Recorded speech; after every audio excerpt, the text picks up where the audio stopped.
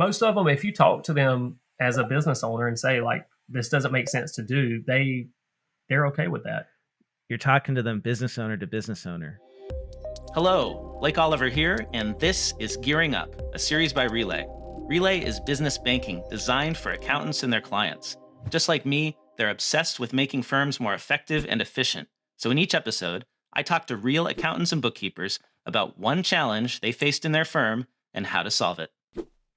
Today we have Garrett Alexander of Orsini Associates on the show. Thank you for joining me, Garrett. Yeah, great to be here. Glad you're having me. So tell me about your firm. Where are you located? What do you do? Who do you serve? Yeah. So we're located in Savannah, Georgia. We serve right now a multitude of industries. Orsini Associates is more of our brick and mortar practice. We actually just recently bought a firm, and so we kind of inherited a good mix of industries in there. A bunch of real estate, bunch of naturally we're on the port. We have some shipping stuff like that, and then we have Game On Financial, which is more of our outreach to content creators, gamers, and that is obviously nationwide. They're located everywhere. So when you say content creators, I hear the name Game On. Are you talking about like Twitch streamers and YouTubers? Oh, yeah. Twitch streamers, YouTubers, Instagram. I mean, you name it, whatever the platform of choice. TikTok, big one. But not just gamers. I know Game On Financial, obviously, that's kind of leading, but at the same time, a lot of these content creators that we have as clients, they actually don't stream on Twitch at all. Most of them do, but yeah. So how do you find them? Do you go on their like channels on Twitch and do you like subscribe? Yeah. So I've been in the industry, at that specific industry, for quite a while now. So I have a lot of creators that I subscribed to previously, before we kind of decided this was what we wanted to do. But I'm just kind of in the, they, like, we have our communities within the tax world. They have their own specific communities. So I try and stay pretty involved in those. And honestly, it's happened pretty organically, just being in the space. So when you get these clients, I mean, they probably never worked with an accountant before, right? No. most of the time. The bigger ones have. I mean, they're coming from other CPA firms a lot of times, but yeah, most of them haven't. When they come to you from other CPA firms, like, why do they leave? I think it's a communication thing. I mean, I'm a little bit younger, and I think there's obviously the disconnect between the millennial and the boomer generations. I mean, that's a big thing in and of itself, but it's just, I'm in the space. I can talk metrics with them that they understand, CCVs, concurrent viewers, stuff like that I don't think other people really grasp. I think they just drop their stuff off at their accountant and that's it. And most of them use their parents' accountant, versus with me, I think that's kind of, they're independent. They want to get with somebody that can speak their language, so to speak. And I think that's a big hit with them. I know it is. I mean, it's got to be kind of strange to be working with a CPA that like doesn't know what Twitch is, right? And that's your main source of income. Yeah, exactly. That concept to them.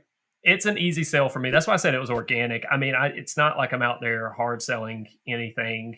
I just love the space, and I think people see that. I think there's an authenticity to it, and so when I speak with these folks, it just kind of flows. I don't know. How'd you get into it? We just got into it. We just decided we wanted to. Like I said, Orsini Associates, we kind of have the traditional firm backbone. We have an office in Savannah, Georgia. Almost anybody local can look us up. They can step into our office, all that stuff. And we decided we wanted more to kind of niche down into a specific space. And that one was just a passion of mine. My partner, when we started the firm, she was bringing a lot of clients with her from her previous firm. I was not. I'm younger. So the firm I was leaving, I didn't have just a client base.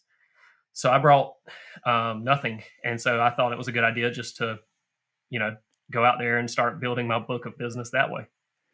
So that's fascinating because you really have two different firms going on. You've got this Game On Financial bringing in new clients who probably have not worked extensively with accountants in the past. So the onboarding process, you have a chance to educate them as to how this relationship should work. Then on the traditional side, you've got a whole book of business that you've acquired. Like, how is it different? The content creators we're getting, a lot of them, they we can go to them with any tech stack and make recommendations. And there's an inherent level of trust, I think, again, built based on just honestly me being able to speak their language. And so they'll do honestly whatever I recommend. I truly feel like I am the expert in their eyes. And then the traditional client base, they've been working with somebody for 40 years. And their motto is more of, we've never done it this way before. Why should we change? Right? It's always worked in the past. So it's difficult when something's not working very well. They don't see the behind the scenes of it, and that presenting that to them has been difficult. It's been great experience, honestly, great learning opportunity for me and my partner. But yeah, one is definitely easier to pitch to than the other one. I'm sure many of our viewers have been in that situation where you get this client that's been doing things a certain way for 5, 10, hey, maybe 20 years. And now you're coming in with new technology, cloud-based technology, often trying to get them to switch. How do you make that pitch to them? I have to be, so what helps me with the content creators being younger and recommending these items, I have to actually, it flips on me the other way. So now I'm all of a sudden the young kid that's coming in to change everything.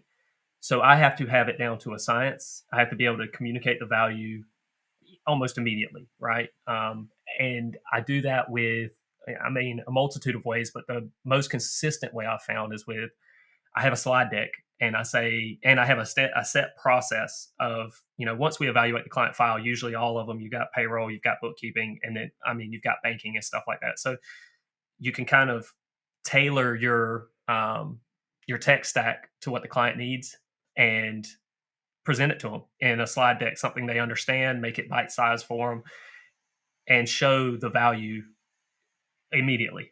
I mean, you have to, because otherwise, I'm just the new kid coming in to change everything, and they don't like that. So they come to you on desktop, QuickBooks Desktop. They're doing manual payroll. They're going into a branch to go to the bank. What are you moving them on to?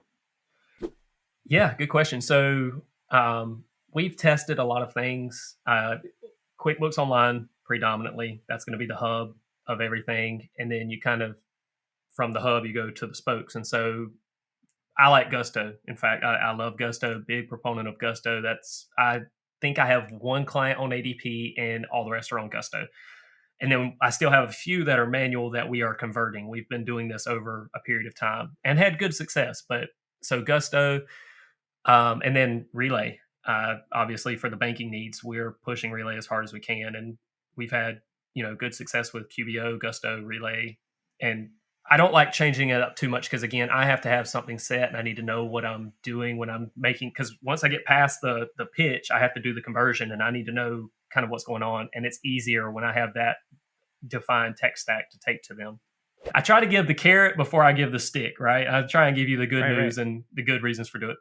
And then for Relay, that's actually probably one of the, I want to say easier ones because the benefits are obviously numerous. I can pull that up online and walk them through.